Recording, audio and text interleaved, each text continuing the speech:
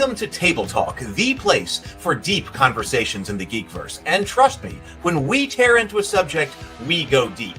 I'm Heath, and I'll be your host. Each episode, I'll be talking with one or more creators, authors, illustrators, publishers, or other movers and shakers in games, TV, books, movies, or other areas of the Geekverse. Regular guests include Douglas A. Burton, the author of Faraway Bird, a multi-award-winning historical fiction novel of the Byzantine Empress Theodora. He's also the author of The Heroine's Labyrinth, an alternative story structure to the hero's journey that often occurs in stories with feminine heroes. That structural framework frequently comes up in our analysis of story. Brianna da Silva, she's the director and co-writer of The Cultists, a Lovecraftian comedy mockumentary-style web show here on YouTube, and the author of The City of Reckoning, an epic fantasy novel of political intrigue, the ethics of war, and young love. Cameron Pasha is a screenwriter, director, novelist, and was a writer and producer on the series Kings, a producer on NBC's Bionic Woman, and a co-producer and writer for Sleeper Cell. He's also written for the CW series Nikita and Roswell, New Mexico. He's been breaking news from inside Lucasfilm, Disney, and Hollywood. His analysis and commentary have become very popular on YouTube. We regularly meet to discuss and analyze stories, and when we do, we dive into graduate-level seminars on story structure and writing. Come on in and let's go deep. And when I say we're going deep, I mean you'd better bring your hard suit. Other guests have included Lou Anders, the author of the Thrones and Bones fantasy novels Once Upon a Unicorn, the creator and publisher of the Norengard RPG, and the author of Star Wars, A Pirate's Price, the book that explains why the Millennium Falcon is on the planet Batu at Star Wars Galaxy's Edge. Mark Tassin, the creator of the world of Cultists, head of Mechanical Muse, former director of the Gen Con Writers Symposium, and the head developer of the new Cool Name RPG. Let's see, who else? Bond. James Bond. Well, not James Bond. Not yet. Maybe soon, though. But I have interviewed Jamie Stegmaier, the founder of Stonemaier Games, crowdfunder extraordinaire, and publisher of many hit board games like Scythe and Wingspan. Brian Colin, sculptor of the world of Revelo Monster Busts, and the creator of the vast grim dark horror RPG. Ajit George, the Dungeons & Dragons author. We talked about game writing, education, and his contribution to Van Richter's Guide to Ravenloft and the development of the Journeys to the Radiant Citadel. I am Hela, Odin's firstborn, the commander of the legions of Asgard, the rightful heir to the throne and the goddess of death. Well, actually, that interview got rather spicy, so I think I'd better just keep that one to myself. Kate Wilson, a YouTuber, actress, host, and prolific geek guru who's now working to make a new show dedicated to the world of tabletop gaming a reality. So buckle up and get ready for a wild ride, because it's time to explore the worlds of tabletop gaming, sci-fi, fantasy, and all of geekdom through the eyes of those who are making things happen. Atomic batteries to power. Turbines to speed. Roger, ready to move out.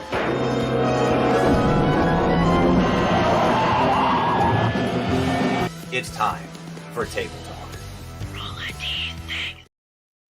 Hey, good evening, everyone. Welcome. It has been a while, but I am so glad to have you back here for Table Talk this evening. We've been on a bit of a hiatus, but we are back for a very special reason, because Brianna da Silva was taking a hiatus herself from the show and from doing other things and media appearances, because she has been working on a short film and pre-production of a short film that she wants to talk about with us tonight, that she's going to a crowdfunding campaign for. So we're going to be talking about the story, we're going to be talking about the inspiration, we're going to be talking about the pre-production and what's been going on with that. And also, I mean, what's been going on for the past, 4, 5, 6 months, however long it's been.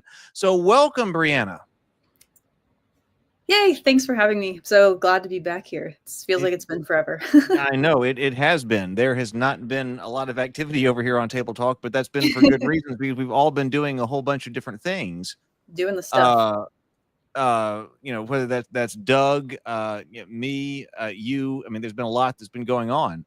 So do you want to fill us in, Brianna? Okay, so what's been going on since you last appeared here on Table Talk? Yeah, well, I've basically been in pre-production for about 6 months for a film called Guardian. And some of you know that I've been wanting to do like a I've been doing a lot of short films that I've been, practicing, developing my skills as a director. And I was preparing to make my my calling card film, right? Like a portfolio piece that was going to have a higher budget.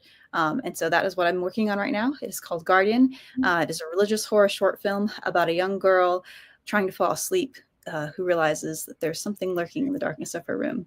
And it's got a really fun twist. And so I'm doing this I've got an amazing cast and crew that I've been working with, like I said, since December, pretty much. We're pretty much about ready to make this film. But I need more money. So I'm doing a crowdfunding campaign. Okay. So this is important because, we made the decision a while back ago that, we don't need to be doing a million different kinds of films or whatever else that you need, in order to have some kind of package to go and become a filmmaker, right? You need the scripts. And we've talked a lot about the story and story development and story structure and everything like that, which we've been working on. But then another part of that is having like a professional short film. Exactly. Yeah. So that's part of that strategy is like I needed to have like some finessed screenplays to show my writing skills, but then I also need to have I need to be able to show my directing skills, but not just like, like I can do something cheap and it shows my directing skills, but it's a much better portfolio piece if it's also at a higher budget. And you've got quality sound and quality cinematography and all those things that just cost money to do. So yeah, so that's what this is. This is hopefully my last ever short film. Hopefully, right. So So if it works out the way that it's supposed to, you only do one of these things. Exactly. That will demonstrate your quality in all aspects of filmmaking. Mm-hmm. That then will allow someone to say, okay, and here's the script that I've got, and encourage somebody to say, all right, well, we can trust this person with this larger budget for this feature film. So this is an important piece. Yes. We do have, Doug is watching. I should say, I forgot to put a call out to everybody in the chat. So we've got Doug watching. We also have Stray out there. So hello, Stray. Yay. Welcome. And then the Epic Place is also saying hi to you. Hello. So great to see you. Welcome. Okay. So do you want to talk about what this is actually about? Yeah, like on a more than just the the single sentence version. Yeah, so like I said, this is it's a religious horror short film, and it is set in a Pentecostal household. So one of the things that about religious horror is I feel that it's often usually religious horror is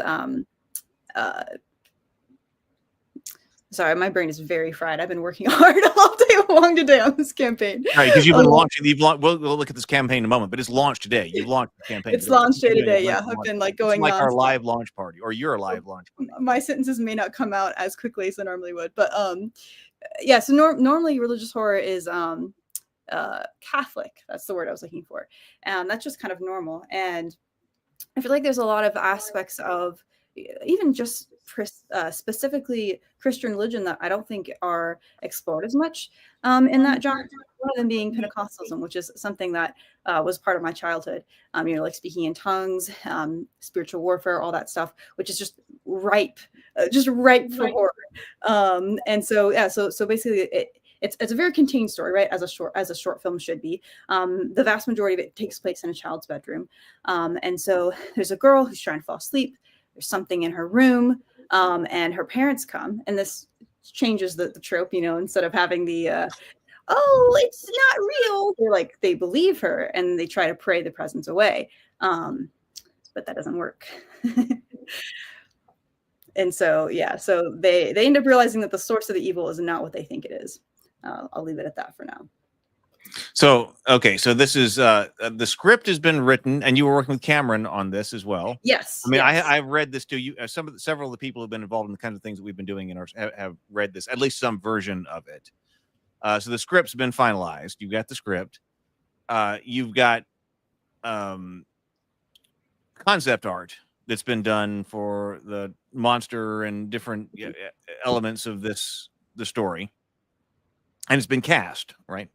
Oh yeah, we're even further than that. My art department is, as we speak, doing their work.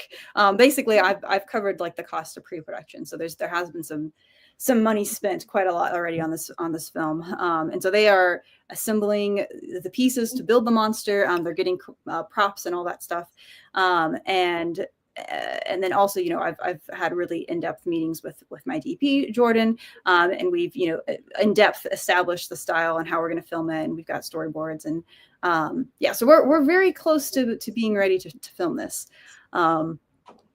I'm trying to think what we haven't done. There's a few things that still haven't happened, but the list of things that have is pretty long. So yeah, we're pretty deep into pre-production for this.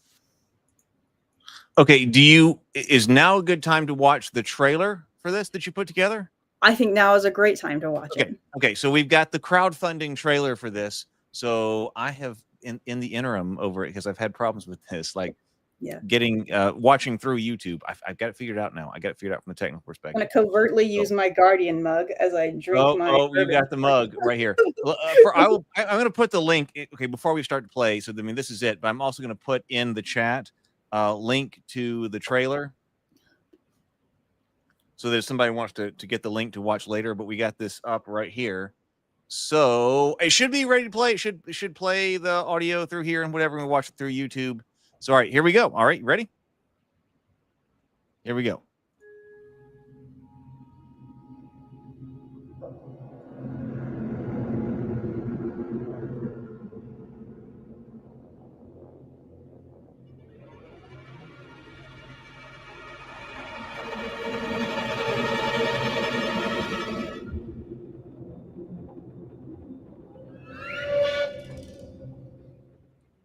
Hi, I'm Brianna, writer and director of Guardian.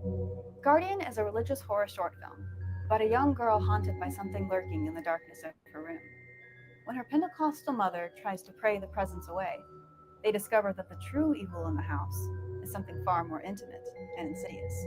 The story deals with themes of abuse, how predators can hide in insulated communities, and how salvation can sometimes come from unexpected places. The look and feel of Guardian is inspired by great paranormal films such as The Conjuring, The Babadook, and Hereditary, with a grounded, natural tone rooted in family drama and character-driven storytelling. We're all set to film Guardian this summer, but we need your help to make this project a reality. If you join our team by pitching in whatever you can, you'll have access to all sorts of awesome perks tailored to horror fans and film aficionados alike. These perks include private early access to the completed film, exclusive behind-the-scenes content, an executive producer mug with your name on it, a figurine of the monster itself, plus lots more. I'm so excited to make this film, and I hope you'll join me in discovering what monsters truly wait in the dark.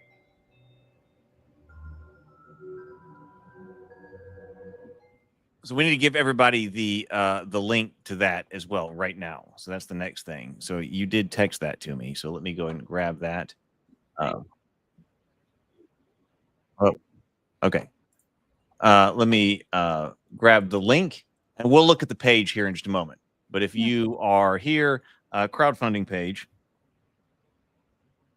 this is on Seed and Spark, which specializes in film. Crowdfunding campaign. We got the link right here. All right, that is posted. So we'll take a look at that page in just a moment. But that was clearly, I mean, I saw some behind the scenes imagery of that the crowdfunding trailer that you put out, because you posted that, maybe it was to Instagram or it was on Facebook or someplace, it was some of your other social media. So you clearly did a whole lot of work on that. Oh, look, Cuddles Holiday says Bree is the best. All right. Thanks. Yes, she is. So, I mean, clearly you did a lot of work on that trailer itself. Yeah. So you want to talk about the creation of that trailer? Yeah, that was 2 days. There was a one day that so basically we went to my DPE, we went to her basement, and that was me, my DP Jordan, and then Jacinda, who's the art director, and basically it was like we need to have like something in the beginning that was just to basically, you know, test footage to show people like that we can produce what we're saying we can produce. And it seemed to me like the easiest thing would be to do just like a creepy face peeking out of the shadows. And so I asked Jacinda, I was like, could you make the mask, just the mask? We need to make the rest of the monster. Could you make just that part like in the next 2 weeks? And she was like, yes. And so I had her make that. And then, and then E was like, yeah, I've got like a doorway in my basement that we could probably light well and all that stuff. And so we did that. And we also did like some interviews also in her basement. So there's the scripted one that you saw me doing, but there's a whole bunch of other content with cast and crew that hasn't been released yet. I've been a bit busy, but that is going to be going out soon, and that's also has the same backdrop. But at that time, I needed to also have this, and they were both not ready in time, and so we ended up having to do a pickup shot another day, where I once those two things were ready, I brought Jordan to my house, and I had it like just in my living room. We set up a little place with like some candles and stuff, and that's how we got those shots. Fun fact for anyone that's been here a while, those candles in the background are the same candles that were props in my last horror film. Oh, really? Yeah, it's the exact same candles. They happen to be sitting there in my room. It's like, oh, these would be great. I was like, this is their second time being props. So yeah, and those were both very fast, very quick shoot days. So well, okay, so I was wondering about that when we saw the mask. So that were physical props in an environment that were created specifically for this. Yes, exactly. Yes. That's really cool. Okay, and the director of photography shot this, who will be the director of photography on the film. Exactly. Yes. Yes. Okay. All right, you want to go take a look at the crowdfunding page? Let's do it. Shall we do that next? Okay, I'm going to bring this up. Once again, I'll put the link over here. Crowdfunding. All right, so the top is what we just watched. That right? That oh yeah, it's even better. Yes, that video. That's what we just watched. Okay, so that's what we just watched. So, all right, I'll just scroll down, but you stop me as we go. So you do explanation as we go down here. Yeah. So basically, there's the mission statement there. That's actually I want to read that out because I like that. Go for it. Good thing to establish tonally. So Guardian explores how predators can hide in insulated religious communities and how deliverance can sometimes come from the things we fear most. Our mission is to honor victims by telling a story through their eyes and by using the power of catharsis as only the horror genre can. I want to make a side note on that because that's something that's really important to me with this film. Like I said, it's about a girl. It's told from the perspective of a child, and so part of our plans for how we're filming this has to do with reinforcing that principle. Like it's going to be very strongly from her point of view and from her lens, and that's very important to me, especially when we're dealing with some of the heavy themes of the story. Well, okay. Well, I mean, tell me more about what this means. So how predators can hide in insulated religious communities. Well, I can't exactly tell you in depth what that means because there comes a point where I'm giving away some of the story. But it is a story about abuse. Okay, what about our mission is to honor victims by telling a story through their eyes? Right, and as opposed to the alternative is, which it happens quite a lot in filmmaking, is where a victim is kind of looked down on, like, oh, like this perspective of pity, like, oh, this poor victim, where that kind of story needs to be told from their perspective because that's more empowering. I think that's really important, that we're understanding things from the point of view of a person experiencing abuse, right? And by using the power of catharsis, what does that mean? By the power of catharsis, well, horror is a great genre for catharsis. How would I say? Violent fantasies can be very healthy sometimes. Specifically when it's about evil getting its comeuppance.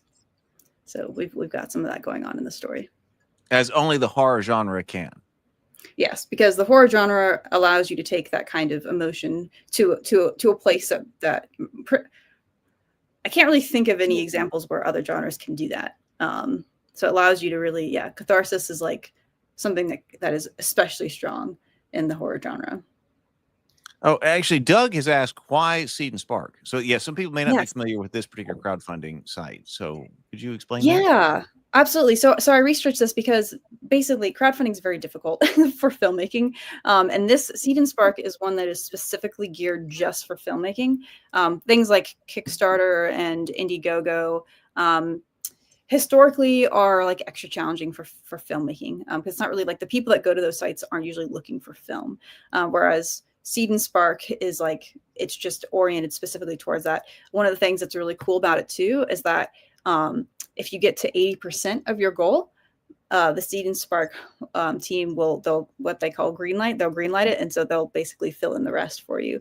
And so basically, are only having to, in order to get funded, reach the 80% mark. Obviously, it'd be great to go beyond that, but so yeah, and yeah, there's just a lot of stuff like behind the scenes too that it's very oriented towards filmmaking. And you're trying to raise $11,000. Yes, 9,000 will greenlight it. So 9,000 would greenlight it. Okay. And the goal would be to get a third of that in the first week. So that will help it go a lot further. And it just launched this morning. It just launched today. Just launched. Oh, and Doug is in. Yay! Thank you, Doug. Thank you so much. Okay, so about the story about this film. Guardian is a religious horror short film about a young girl haunted by something in the darkness of her room. When her Pentecostal mother tries to pray the presence away, they discover the true evil in the home is something far more intimate and invasive. So this is the test footage of The Mask that's coming out. Mm-hmm. Okay, the look and feel. Oh, go ahead. No, you read it out, and then I'll talk more about it. The look and feel of Guardian is inspired by great paranormal films like The Conjuring, The Babadook, and Hereditary, with a grounded natural tone rooted in family drama and character-driven storytelling. So talk about those inspirations. Yeah, absolutely. So those like screenshots there are from those films. So that's showing especially like the style, visual style, because most of this is going to be at night. It's going to be in a bedroom. But yeah, one of the things that I absolutely love about those films and similar films is they're shot in this style it's basically like they're shot like it's horror. Obviously, they're shot like it's a drama fundamentally, and sort of the style of it. Because one of the things with horror, especially if it's paranormal, so it has this fantasy element, is there's a choice that you make as a director, right? It's like, how far are you going to lean into that like elevated sense that it's like larger than life, like you're going to make this feel more fantastical. When you do, you're going to be a little bit more emotionally distant. I really like how these films, like, it's so grounded and realistic looking, and the style of the acting, the style of cinematography, all that makes it feel like you're watching a drama, especially like a family drama. And you're kind of like, you get this sense of like comfort with that, and then you bring in the supernatural element, and it's just a lot more impactful, I feel. So it's not the only way you can do that. Obviously, like, it's a lot of fun to do things, to do horror in a way that's a lot more campy, and it's kind of like right off the bat a little bit like exaggerated from reality. But this style I really like, especially for this kind of story. All right. So, you've talked about The Babadook before, but I have not watched it, so I don't know. That's great. I really need to rewatch it again. It's especially since we're going to be making this film soon. But yeah, it's so great. I also love that film because it's very, very symbolic. And I love using horror as using it as metaphor. So these are stills from the production book that inspired the look of Guardian. So this is so when tell us about that, because people may not be familiar with like how you actually go about this. Like, so when you're in pre-production, you're trying to communicate this information about what you're trying to achieve with this film to your production crew. So this is how does this contribute to that? Yeah. So basically it's two conversations, one with director of photography and the other with production designer and art director. I said the wrong term.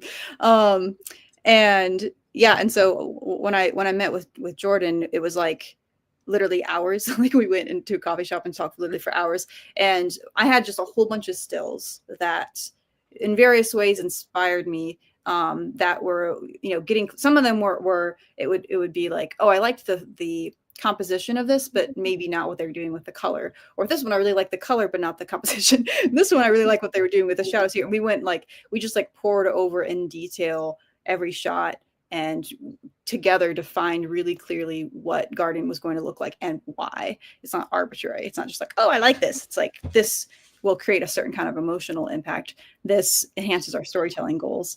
And so, yeah, these 4 stills here are really good examples of all those things, like color, lighting, and composition, that are really in line with what we want.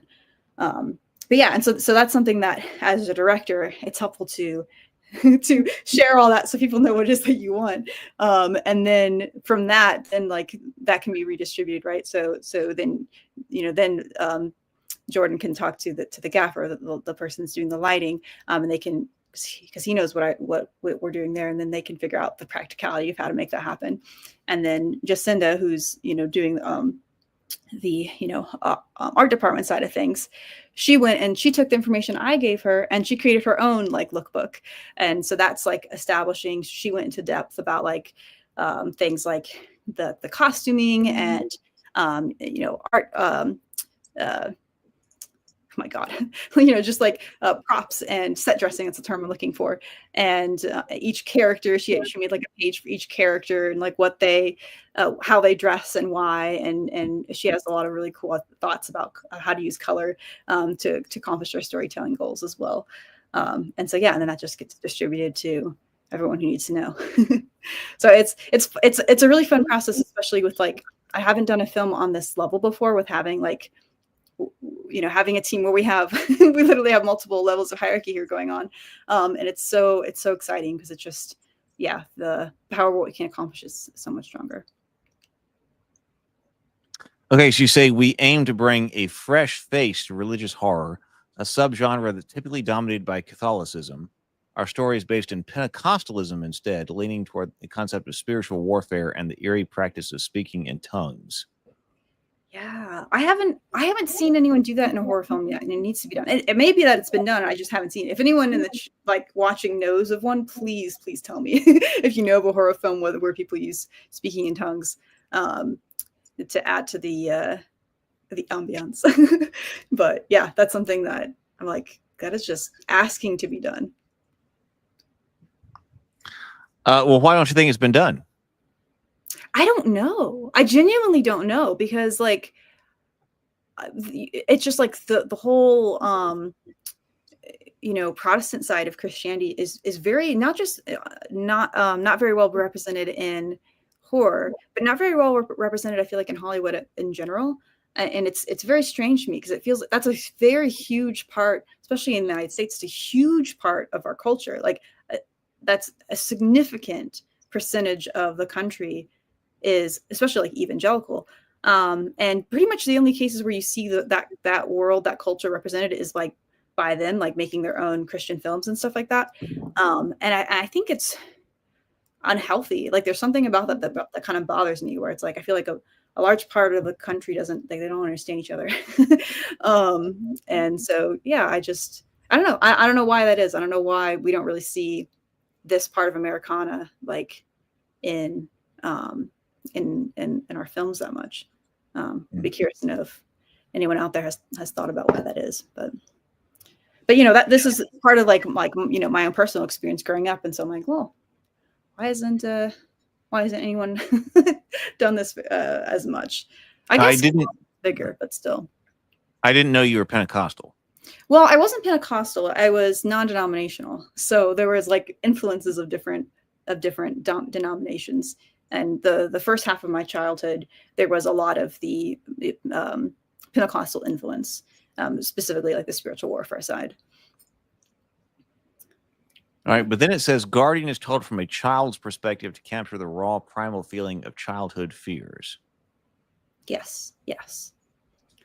And that's part of the personal connection too, is that this story is in part inspired by an experience that I had as a kid, but it's largely inspired by just the fear. I had a very deep fear of the dark for a really long time, into my adulthood, just because of the stuff that I believed when I was younger. And yeah, and so I used to like not really even be able to watch these kinds of horror films because they disturb me so much. But I think that's part of what draws me to it, is that like that was something that was like a really deep fear for me before, and now it's just like it's very cathartic, to use that word again, to face that fear and to explore it in fiction. The Epic Play says, "This is similar to my childhood too. I'm really happy that you're representing this in film." Thank you, Chris. So let's see. Okay, so we got a budget breakdown here that you've got here. How you're going to be using the 11,000 you're trying to raise, Yep. Or at least 80% of that, and then Seed and Spark will kick in the rest in order to make this happen. Yep. Most of that is paying people, right? Right.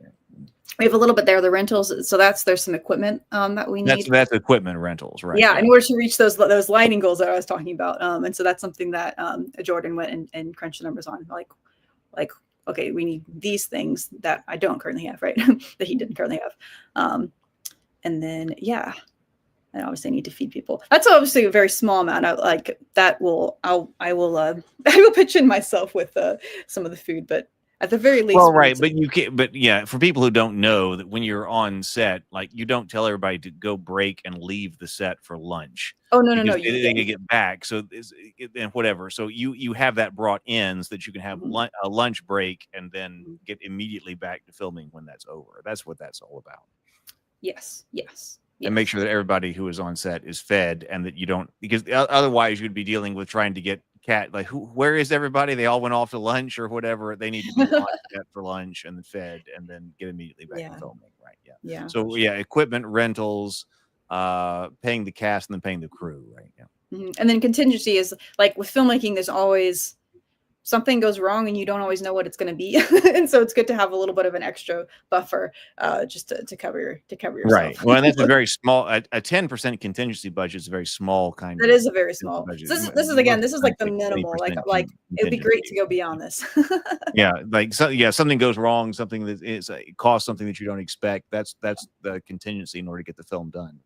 And that's a very tight contingency budget here at 10%.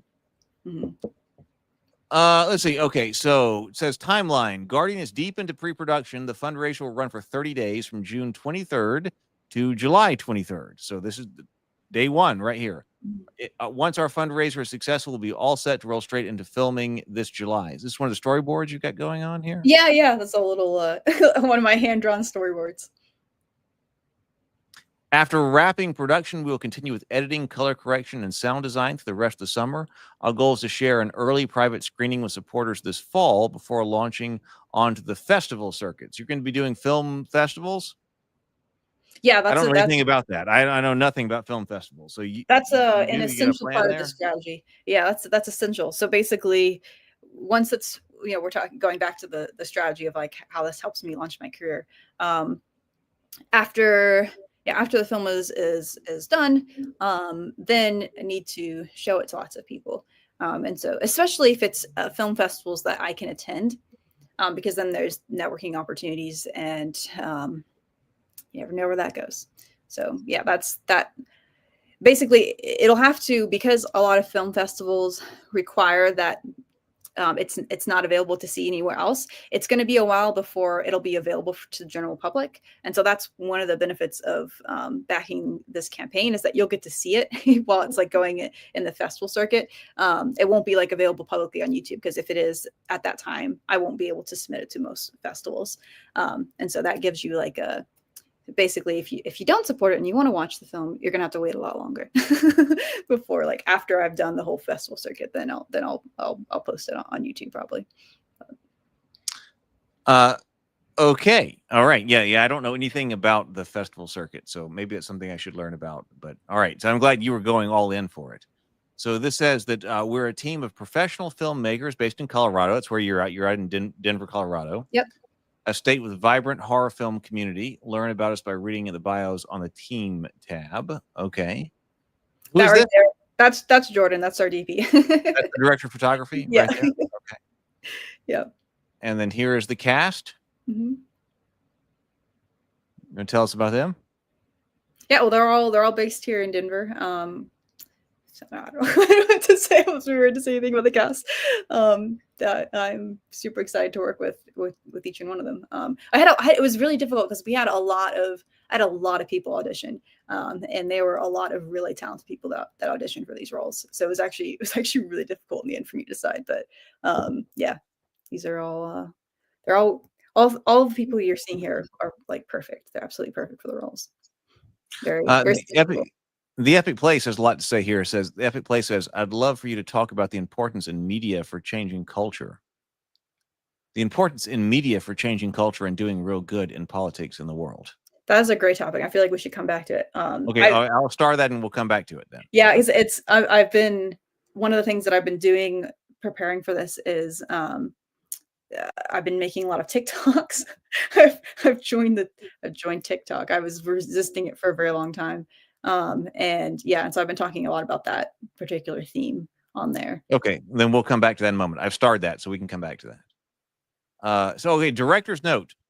Hi, I'm Brianna da Silva. This is actually going to speak on what Chris just brought up. Okay, all right. Well, then maybe a great time for it. So, hi, I'm Brianna da Silva. I'm a queer filmmaker who grew up in a conservative Christian household. This film is inspired by some of my childhood experiences, including a deep fear of the dark that I had even into adulthood due to believing in the existence of angels, demons, and the devil. I've also written a religious horror film called The Sacrament that explores the harms of evangelical purity culture and LGBT conversion therapy. The script was recently a finalist in Stage 32's Search for New Blood. That was a major thing that we talked about here. Screenwriting contest and a semi-finalist in the Screencraft horror competition. Yeah, I mean, I posted about that on the YouTube channel when you were going through that. Yeah, thank you. So my hope is to use Guardian as a calling card to help launch my career as a writer-director so I can move on to make feature films like The Sacrament and other horror films and thrillers. As a cultural force in the U.S. and beyond, swing towards increasing animosity against minorities, it's important as ever to fight back. Storytelling can be one of our most powerful tools to do that. All right. You want to explain? Yeah. So one of the things that, of course, has been on my mind, like I said, I've been doing this for the past 6 months. So since December, there's been quite a lot that has been going on politically in that period of time. And I really felt like a strong sense of purpose in telling the story, even though that was not originally my intention. This was just a story that I wrote a couple years ago, actually, that I wanted to tell, and I thought it would be a good one to do for a calling card, mainly because it was a small cast and a small location and all that stuff.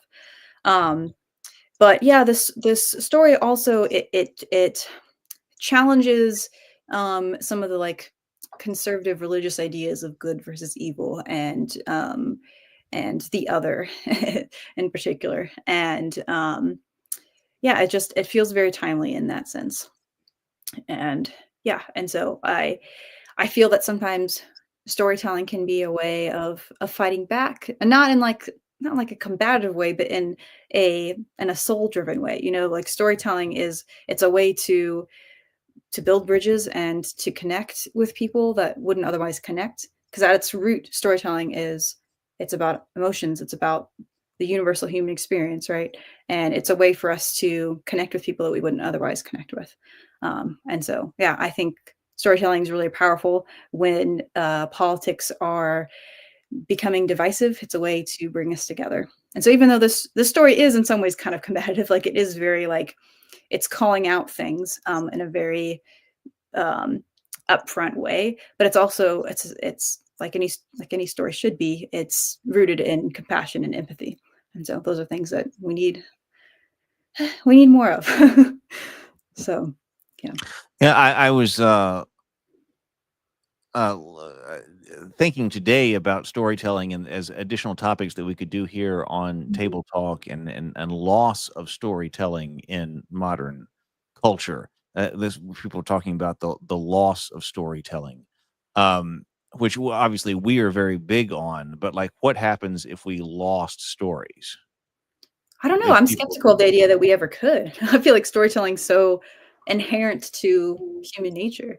I think we're always going to tell stories, but I probably don't know what it is exactly that you're talking about. Well, like with the prevalence of something like TikTok, where you are looking at 10 to 15 or 45-second things that are intended to be very immediate and dopamine hit, instead of listening to, a whole like 2-hour movie that's going to tell you a story or something like that. But people are still doing that too. Yeah, there was something that that struck me that was like, okay, it was talking about the difference between people often compare, like,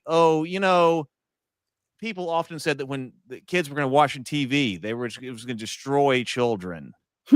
They were watching television, so that's going to be the destruction of children. And then now people say that, now watching TikToks will be the destruction of children. So is that something that is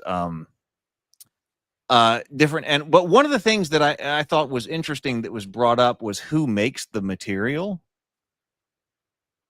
Like, who made the material when I was watching television as a kid?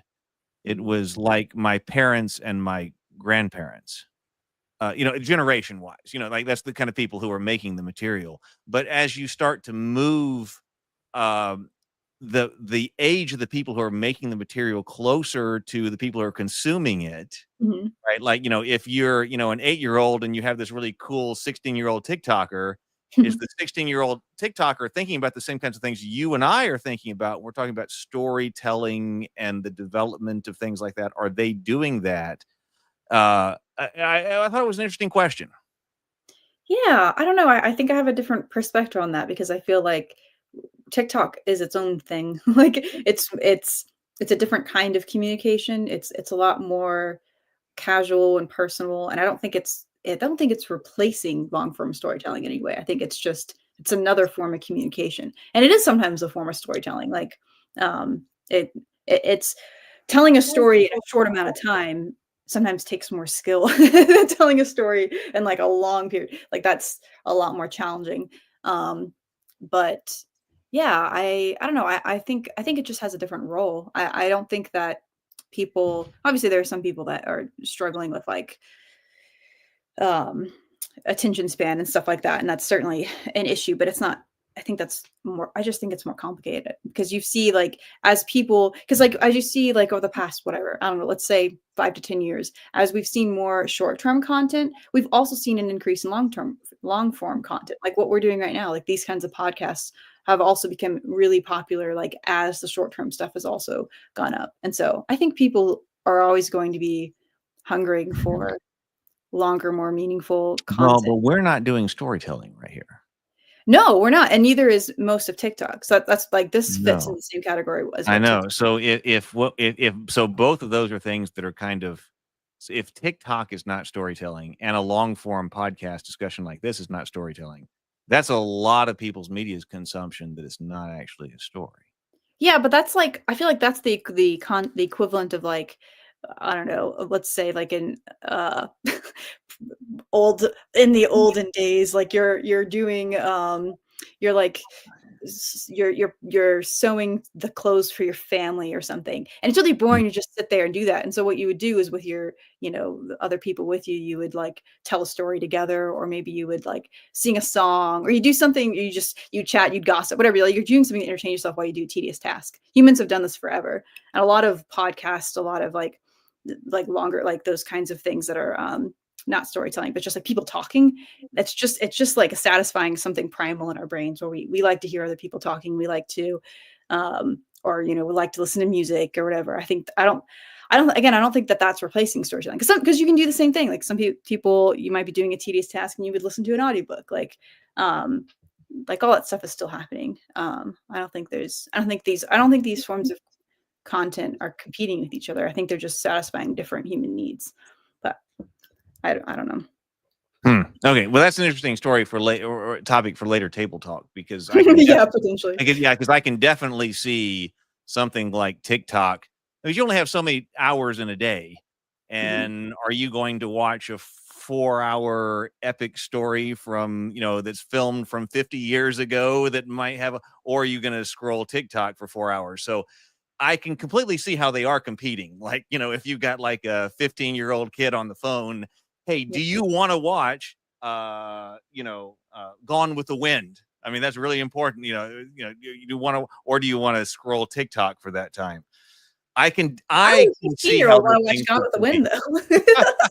I can see how those things might be competing with one another for attention. I mean, I can't. All right, so we're going here. Well, does that lead into what the Epic Place was talking about?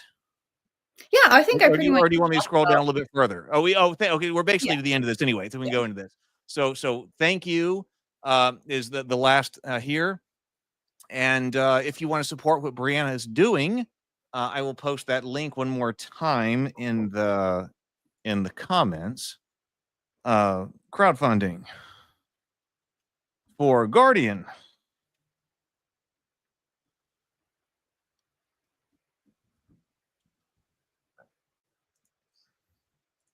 Right here. Okay, so that's in the comments again. Okay, so then you want to go to what Epic Place was talking about? Oh, I just did. I just did talk about you did. You were already there. Yes. Okay, so the importance of media for changing culture and doing real good in politics in the world. Mm-hmm. Yeah, I think I pretty much touched on that. Well, what have you been? Okay. No, you got it. You got it. Well, I was saying you said you had been talking about this on your TikTok. So, and I, of course, I've been watching your TikToks as well. So how does that? How do you see this as a force for change? I mean, this particular film is like, it's more of a stepping stone for me for more change. But it's part of the greater media landscape that I hope will challenge people to see things from a different perspective, expand their empathy, and to walk in someone else's shoes that maybe they wouldn't normally. So I'm intentionally being vague here because I think that is the proper way to talk about this. But yeah, this is a story like all the stories I tell that's very rooted in those principles. And changing culture is not like something you do in like a one act. It's not like a one act thing. It's something that you do collectively, and it's a slow process.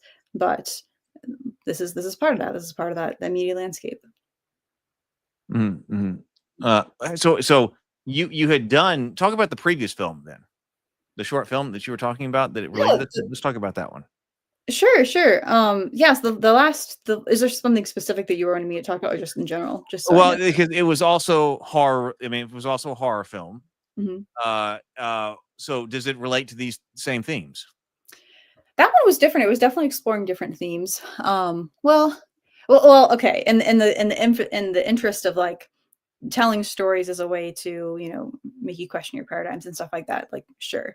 But that film was also more a psychological horror, so it was a little bit more it's a little bit more abstract. But yeah, that one, so The King, that was the last short for horror film that I made. That one was made on a really, really small budget. I was intentionally trying to make a film with the least amount of money I possibly could, just to practice my directing skills. And it's called The King. It's about someone who checks into an Airbnb and discovers that the host is not what he seems. And so it's more of a meeting of characters where one has nefarious purposes, and it's exploring some sort of moral ideas, and like how sometimes when we are, I guess this is kind of relevant actually to Guardian now that I think about it. Yeah, this is on your channel right here. So here's your channel, and The King is right here. Okay, I'm gonna post a link to your channel so you can just see all of that. Sure. So yeah, The King is exploring this idea about how sometimes when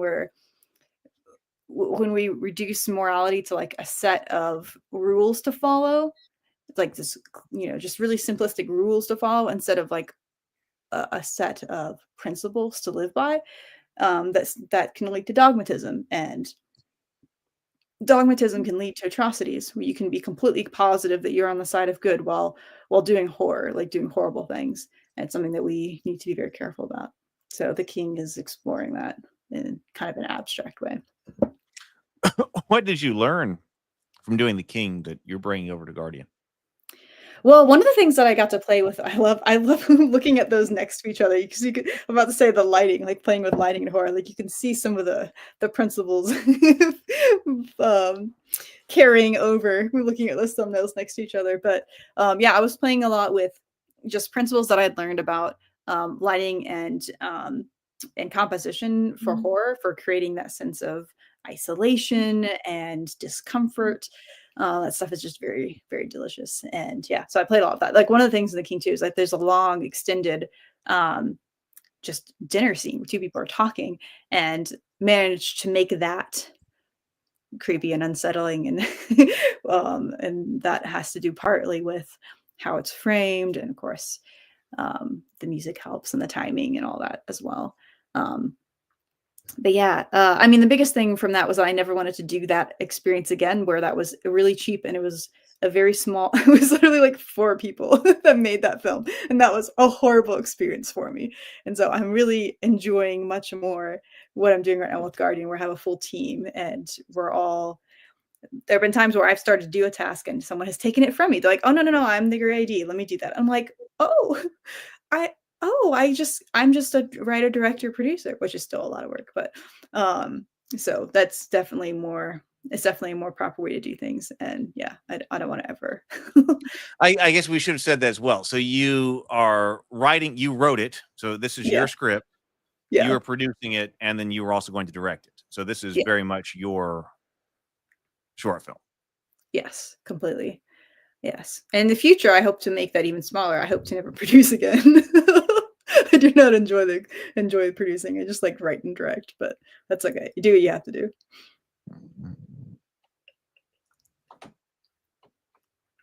One more thing to go. We should go back to that page and look at the incentives. Oh yes, we absolutely should. Yes, I meant to do that. Let's go and do that. Hang on, let me bring up that that link again. The kinds of things that you get when you pledge on the campaign.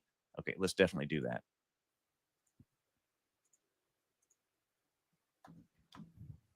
Oh, I just saw something that the Epic Play said that I really liked. Just this one right here. All right, go for it. Yeah, I definitely think it changes culture. You're giving a voice to a person who doesn't usually get a voice. It's really hard to explain the harm caused by religion as kids, except through art. Yeah, there's a lot of things that are difficult to say, like just with direct words. Like I can sit here and say things in words, but it doesn't really resonate. You're not really going to get it unless you're emotionally. I say you're having that emotional experience. You know, you're in the shoes of a character, emotionally going through that reality. And storytelling is like the only way to do that, to bring someone into another perspective. And like there are stories that have influenced my point of view, that have helped me to be a more empathetic, better person, to understand the world around me better. And so yeah, there's just storytelling is the only form of art that I think can do that in that way. So yeah, fully agree. Okay. All right. So when you pledge at the Guardian, okay. Here we go. Incentives. Okay. So $10 movie ticket. So this is what you're talking about. Private early access to the complete film, because the film, when finished, will not be public, because if it goes public, then you can't submit it to festivals. That's the rule. Right. Yeah, that'll severely limit the amount of festivals you can submit it to. Yeah. Okay, so if you want to see it, then you need to be in on this. $10 will get you the early access ticket. Mm-hmm. $25, you get what? This is where you send me any picture of yourself, and I will, or any picture you want to send me, and I will Photoshop the concept art of the monster into the background. Okay. And then $50 after party. Yeah, so this is going to be, there's going to be a virtual after party after the film's first showing, and so that will bring you into that. After the film's first showing. Okay. Yeah, so that when I said when it becomes the private early access, so basically there'll be like a virtual party. So you'll send out the private early access, and there'll be a virtual party after that. Exactly. Gotcha. All right, $100 DVD extras and wrap party.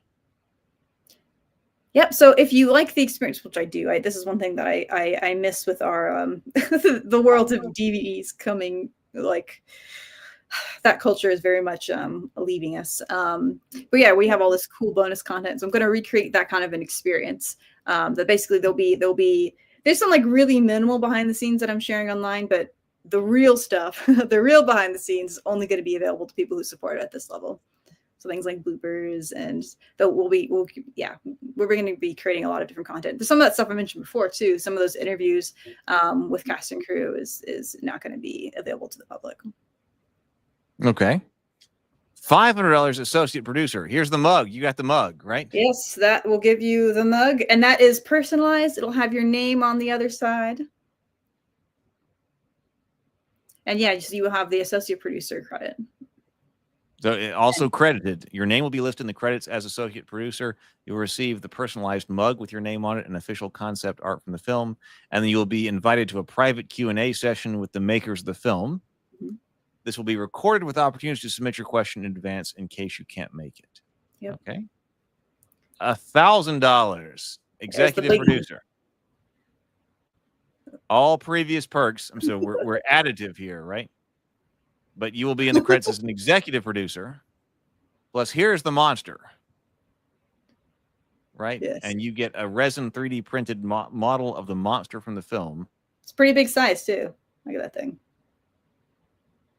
Okay. And then you will also forward to you the film's film schedules. You can attend as many showings you want as a special guest. $5,000, the film Angel. This is a pretty cool looking poster here. Yes. All previous perks, plus you are an amazing human being for donating this much. For your generosity, you'll receive an authentic prop from our movie signed by the cast and crew. Plus, you'll get a personalized thank you from the monster. And you will receive your choice between a screen-printed T-shirt with official art from our film or an official film poster designed by the Guardian's writer-director, which is you. So that's your poster right there. Yep. So it'll be a poster, or it'll be screen printed by our AD, our assistant director. That basement I mentioned that we filmed in. She has like a whole bunch of gadgets and stuff from all of her years of doing films, and one of the random things she has is a screen printer. So she also has a 3D print. She's the one that printed this for us. Oh wait, hold on. Let me bring that up to the yes. full screen. So there you go. That's the 3D printed monster? Yes. This is what it looks like. Yeah, like I said, it's pretty big size. It's like almost the size of my head. But yeah, quite a lot of detail to it too. Very cool. Very beautiful. 10,000 is film God. This one is unlikely to occur, but I got to put it in there anyway, just in case someone wants to just be our God. All previous perks, plus you have a single-handedly brought this film into fruition. Has it feel to have godlike power? For your incredible generosity, your name will be listed first in the credits. Plus, you'll receive the authentic Mask of the Monster signed by the cast and crew. So the real thing, and you'll be invited to a private video call with writer-director Brianna da Silva to ask her anything you want. Mm-hmm. And there's only two of those. There will be two masks that will be created. So there'll be two masks. Mm-hmm. Okay, so the other ones aren't limited? No, okay, I don't see a limit on them. Yeah, okay. Yeah, the other ones aren't limited. Doug says, love that design. Thank you. Yeah, I should have had it. But yeah, there's so many people to give credit to, and I'm forgetting their names at the moment, but there was, I had a concept artist that designed the monster, and then also another artist that did the 3D modeling. And so it's cool to one of the things I'm proud of this is it's like, wait, let me think for a second. 1, 2, 3, 4, 5 different brains went together to create this. Oh, 6, wait, because there was, me as a writer, as the director, right? Like establishing what it looked like. And then there was a concept artist, and then also my art director. The 3 of us, kind of were collaborating a bit on how it would look like. And then there was someone that, so we're now at 4. There was someone that did the 3D model of this, and then printed it. But she had to make some adjustments to the file in order to make it print right. She was having some technical issues, and then a friend of hers, this is 6, had some creative ideas too to figure out the physicality. So it's 6 different brains went into making this thing, and that's pretty cool to me. That's such a quintessential filmmaking moment too, where it's like it's all this collaboration, it's all these different people that are thinking about it from their own perspective and from their own skill set and contributing that to make something great. That's what I love about filmmaking. That is one of many things I love about filmmaking, is that collaboration. So this has been in development for a while. I mean, we've been in pre-production for 6 months, you said, but you've been writing it long before that. Yeah, so since conception, this has been like a 2-year journey, something like that. Mm-hmm. How long will it be when it's finished? Hopefully the entirety will be maybe like a 3-year journey if we're including post-production and then the festival circuit and all that. Yeah, something like that. But I was talking about how long would the film be? Oh, so it'd be a 3-year complete arc. That's interesting too. So you're looking at like a 3-year. If this is funded, it'll be a 3-year complete arc, and it will produce a how long film? About 15 minutes. It's gonna be about a 15-minute film. Try to keep it under 15 minutes, but we'll see. We'll see what the edit comes to. But yeah, it's about 15 minutes. I think it's like 13 pages, 12 pages, something like that. And you're gonna try to shoot it over how many days? 4. It's a 4-day. It's gonna be a 4-day shoot. 4-day shoot to get this in. Okay, that's mostly 3. It's kind of a bonus day. 3 days and a bonus day for like some shots. But yeah, it's a 4-day shoot. All right. So this is really trying to launch you here. You've got scripts ready. You've got this ready. But this is the next major hurdle for you as a filmmaker. Yeah. Yeah. Do you want people to follow you on TikTok? Should we have that link up? If you want. Actually, yeah, I do need more followers. That way I can put a link in there because I don't have 1,000 yet. You have to have 1,000 before you can put a link. It's so annoying. It makes it really difficult to market things on there. Okay, well, let's see. So is that your main social media at the moment that you're going for? Oh no, I mean I'm there. I'm also I have Guardian has its own page on Facebook too. And then I've been posting on my personal Instagram as well. Okay, well let's look at all of those. Yeah, those are the places that I'm posting stuff related to Guardian. Facebook. I post some stuff on Blue Sky, but my Blue Sky followers are mostly people that are interested in like sapphic literature. They don't seem to really care about the horror stuff, so I'm like, it's not really worth it. Guardian, Brianna da Silva, will that bring up? What are you looking for? On Facebook. Put Guardian Film. If not, I can grab the link for you.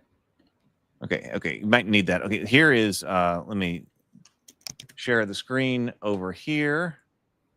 So this is your TikTok right here.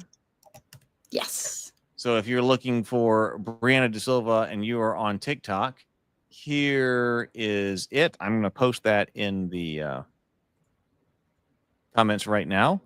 Brianna on TikTok right there. All right.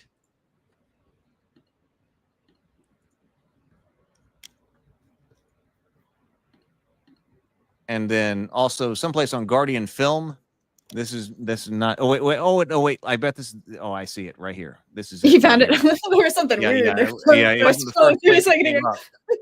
But here it is. Okay, so Guardian on Facebook. So if you're on Facebook, Guardian on Facebook, Guardian Film on Facebook.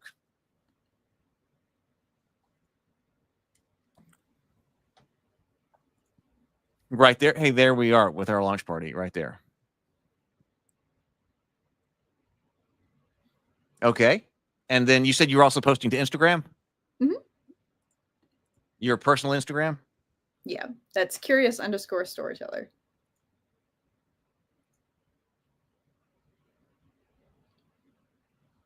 Oh, look how it came up. Oh, okay, right there. That's convenient. So Curious Storyteller right there. So I'll go over there. So this is Curious Storyteller on Instagram. This is Brianna on Instagram.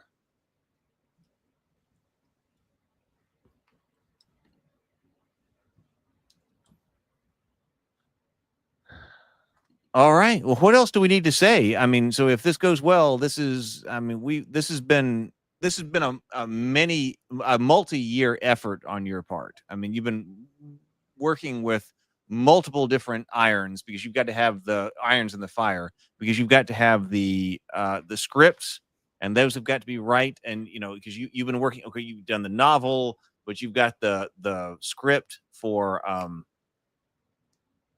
Dark Goddess, which is that one's still in progress. but, Cameron has not read that one yet. Oh, Cameron's never read that one. Oh, interesting. Not yet. But you've done a lot of work on that. So we have the scripts, for different feature-length films, which are it's like 1.5. There's one that is polished and ready to go, and another one that is I'm like, that's right. So Dark Goddess isn't quite ready to go yet, but the other one that is that's the other one has changed names a few times. What's his current name? Sacrament. The Sacrament. Okay, that's so the horror film that I would the like to make. Sacrament is ready to go. So that's right. The Sacrament is ready to go. Dark Goddess is a much more complicated fantasy film, whereas the Sacrament is also in line with this as religious horror, right? Yes. So right. So that those have been in production, as far as writing, not production, but the writing of those scripts have been going on, and so I mean, you've got scripts. And now you're trying to get the calling card of a short film made. So, I mean, if that happens, that would be huge in launching you as far as a career goes. It will happen one way or another. My team we're all very invested in the story, and we'll adjust if we have to, but we're all very committed to making this. So, yeah. Okay. Well, I mean, I hope it works well for you. And I mean, I hope it's, you've been working the process for a long time. You have been working the process for a long time. So for anyone who is here and has been watching us on Table Talk and has been watching Brianna for and her commentary on storytelling quite a bit here on this channel, I hope that you'll come over and support her on the Seed and Spark. And then let's keep going. Thank you. All right. Is there anything else we need to say? I don't think so. All right. Okay. Well, everybody, please go check out the Seed and Spark page. Make your pledge. Follow her on all the different social media platforms, and we'll probably come back here. As stuff's going on here. So I mean, there's a lot going on. I was just gonna say, it'd be cool to have a talk about after this is over and lessons learned and stuff like that. Yeah, it definitely would. It definitely would. And we've been re-releasing the Cultist season 2 episode 8 going on the Cultist channel. And there's been other material I've been putting out on the Cultist channel. So there's a lot going on. So we just got to make things happen. So you guys are all part of that. All right. Well, thank you, everybody. Go back, Brianna, on Seed and Spark. We will see everybody, and I'll put that in the Discord channel as well. On the Discord server, the Raven Keep Discord server, I have put that in so people can follow it there. So if you didn't catch it in the comments here, go over to the Raven Keep Discord server and post that. Yes, I'm the creator of the Cultist. Brianna is the co-writer and director. So yes, this is very much the Cultist here. I was the creator, co-writer, and producer. Brianna was the co-writer and director. So yeah, we've been heavily involved in making the Cultist together. All right, so we're out of here. Everybody have a wonderful day. Go visit her and then follow her on social media. Later, everybody. Thank you.